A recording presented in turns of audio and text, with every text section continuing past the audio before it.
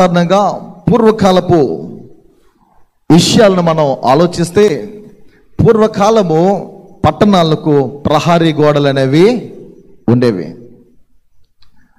వీటిని ప్రాకారము గల పట్టణములు అని బైబిల్ గ్రంథంలో ప్రస్తావించడము కనిపిస్తుంది. బైబిల్లో సూచింపబడి ఉన్నది. పిల్లరా, ఫెయిర్ వాల్స్ అనేవి మనకి కనిపిస్తే లేదా మనందరికీ బాగా తెలిసినటువంటి పదజలాలు, కాంపౌండ్ వాల్ అని ఇలా మాట్లాడుకునేటువంటి మాటలు, వీటిని ప్రాకారము గల పట్టణములు అని బైబిల్ సూచిస్తూ ఉంది. ఈ ప్రాకారముల యొక్క బలమే పట్టణము యొక్క బలము. ప్రాకారములు ఎంత దృఢంగా ఉంటాయో, ఎంత శక్తివంతముగా ఉంటాయో, పట్టణము యొక్క బలము కూడా అంతే ఉండును అని మనం అర్థం చేసుకోవచ్చు. బలమైన పునాదులే ప్రాకారముల యొక్క బలము. ప్రాకారము బలంగా ఉంటాయో అవి దృఢమైనవిగా ఉండాలంటే దాని లోపల ఉన్నటువంటి కంటికి కనబడినటువంటి పునాదులు బలమైనవిగా ఉండాలి. ప్రాకారములకు ఉండే బలం పునాదుల యొక్క బలం అని మనం గమనించాలి. అట్టి పట్టణాల్లో నివసించడము లేదా జీవనాన్ని కొనసాగించడం అనేది అది శాంతికి, నిర్భయత్వానికి ముంగుర్తుగా, సూచనగా చెప్పుకోవచ్చు. అలాంటి పట్టణాల్లో జీవించడం అనేది నెమ్మదిగా మనం ఉండవచ్చు, భయం ఏమీ లేదు, ప్రశాంతంగా మనం పండుకోవచ్చు అనేటువంటి నిర్భయత్వానికి సూచనగా మనం చెప్పుకోవచ్చు. లోతు అనేటువంటి ఒక భక్తుడు అందరికీ బాగా సుపరిచితుడు. లోతు ప్రాకారము కలిగినటువంటి ఓ ప్రాంతాన్ని, సొదొమ ప్రాంతాన్ని ఎంచుకున్నట్లు దేవుని లేఖనాల్లో ఆది కాండంలో మనకు కనిపిస్తూ ఉంటుంది. ప్రాకారం కలిగినటువంటి సొదొమను లోతు ఎంచుకున్నప్పటికీ దాని యొక్క ప్రాకారములు, దాని యొక్క పునాదులు, ఆ ప్రాంతపు ప్రాకారములు మరియు దాని పునాదులు పాపములో వేయబడి ఉండటం వలన నాశనానికి అతడు గురి కావలసిన పరిస్థితి చోటు చేసుకుంది. ఈ వృత్తాంతం మనకి ఆది కాండము 13వ అధ్యాయంలో వ్రాయబడుతుంది. బాగా కనిపిస్తూ ఉంది కండ్లకు. ఈ ప్రాంతము చాలా పచ్చికతో నింపబడిందని ఆశించినటువంటి లోతు జీవితంలో ప్రాకారము పట్టణాన్ని ఎన్నుకున్నా దాని పునాదులు, దాని ప్రాకారములో పాపములో వేయబడ్డాయి. అంచేత నాశనానికి గురైన పరిస్థితులు మనకు కనిపిస్తాయి. అయితే అబ్రహాము పునాదులు గల మరి యొక్క పట్టణాన్ని అన్వేషించాడని హెబ్రీ గ్రంథకర్త తెలియజేస్తున్నాడు. పునాదులు గల పట్టణాన్ని అన్వేషించాడు. దానికి దేవుడే నిర్మాణకుడు, ప్రభువే దానికి నిర్మాణకుడు. దాని పునాదులు దేవుని నీతిపై వేయబడ్డాయి.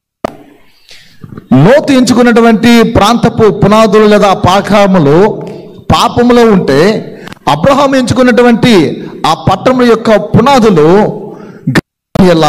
దేవుని యొక్క నీతిపై ఉన్నాయి. దానికి నిర్మాణకుడు దేవదేవుడే. ఆ పట్టణపు కాలములో శాశ్వతమైనటువంటిది, నిత్యత్వములో ఎల్ల ప్రస్తుతమై ఉన్నటువంటిది. హెబ్రీయులకు రాసిన పత్రిక 11వ అధ్యాయము 10వ వచనంలో గమనించిన యెడల ఈ విషయాల్లో లేఖనాల్లో ప్రత్యేకంగా వ్రాయబడుతూ ఉంటుంది. ప్రియ దేవుని సంగమా, ఇలా ఉన్నది. ఏదైనా దేవుడు దీనికి శిల్పియు నిర్మాణకుడినయ్యున్నాడు. పునాదులు గల ఆ పట్టణము కొరకు అబ్రహాము ఎదురు చూచుచుండెను. దేవుడు దేనికి నిర్మాణకుడై ఉన్నాడో, దేవుడు దేనికి ప్రత్యేకంగా శిల్పి అయి ఉన్నాడో, ఆ పునాదులు గల పట్టణము కొరకు అబ్రహాము ఎదురు చూడడం అనేది లేఖనాల్లో వ్రాయబడి ఉన్నది. అంటే ప్రతి మానవుడు, ప్రతి మనుష్యుడు తన జీవితంలో ఏదో ఓ ఏదో ఒక ప్రాంతానికి చెందిన పౌరుడై తనకు తానే నిర్ణయించుకోవాలి. నీవు నేను ఏ పట్టణ పౌరులమో మనకు మనమే నిర్ణయించుకోవాలి. ప్రియ దేవుని బిడ్డలారా, యేసుక్రీస్తు వారు ఇదే సాదృశ్యంగా, ప్రభువారు ఇదే ప్రత్యేకంగా ఒక దృష్టాంతాన్ని మత్తయి సువార్తలో ప్రత్యేకంగా తెలియజేస్తున్నట్లు లేఖనాల్లో వ్రాయబడి ఉన్నది.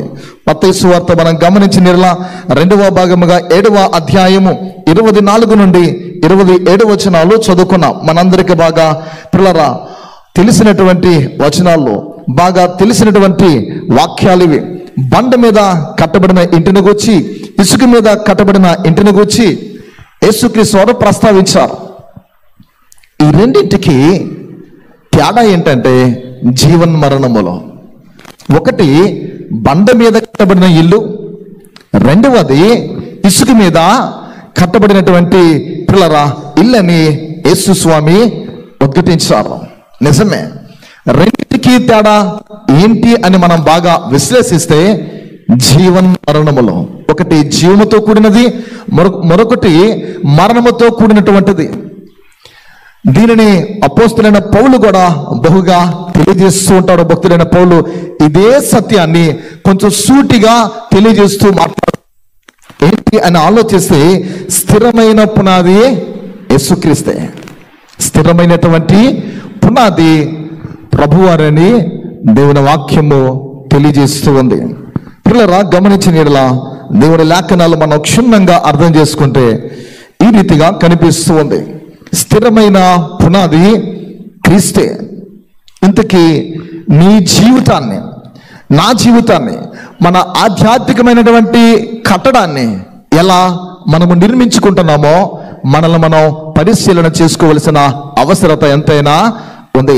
మనము స్థిరమైనటువంటి పునాదిపై మన జీవితాలను, మన ఆధ్యాత్మికమైన బ్రతుకులను కట్టుకుంటున్నామో, లేకపోతే పిల్లల శిథిలమైపోతున్నటువంటి, పాడైపోతున్నటువంటి, నాశనమైపోతున్నటువంటి వాటిపై మన జీవితమైనటువంటి బ్రతుకులను నిర్మించుకుంటున్నామో మనల్ని మనము ఒకసారి ప్రశ్నించుకోవలసిన అవసరత ఎంతైనా ఉంది. ప్రియ దైవజనమా, గమనించిన యెడల దేవుని వాక్యం తెలియజేస్తుంది, ఆ పునాదిపై అనగా క్రీస్తు అనే స్థిరమైన పునాదిపై తన నివాసమును కట్టుకున్నవాడు ధన్యుడు అని దేవుని లేఖనాల్లో ప్రత్యేకంగా వ్రాయబడుతూ ఉన్నాయి.